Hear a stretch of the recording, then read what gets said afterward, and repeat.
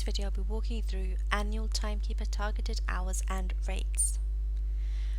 These are set under the dashboard. The dashboard is a graphical representation of hours, amount and billing rates for the whole year, and this has to be enabled first under Account and Settings and the Enable Dashboard checkbox.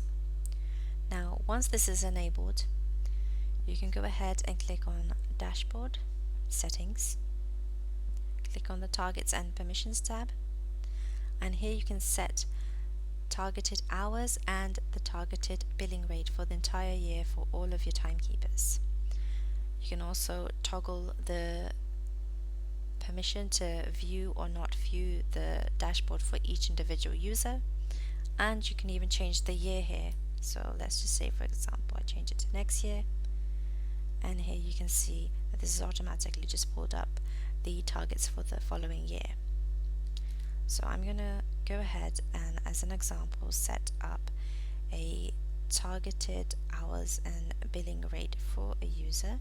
Let's say Alice Jackson. I'm gonna give her 1,800 hours for the year at a billing rate of $250.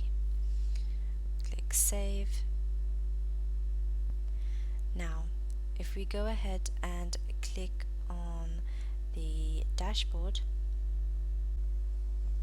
now if we pull that user up here, we can see the difference in the target set and the actual total hours that are in blue and the actual billable hours. And on the amount tab, we can see the actual billable amount, and if there is anything in orange, it would be the collected amount, which, as you can see, this user has not collected any of the billable hours so far for the year.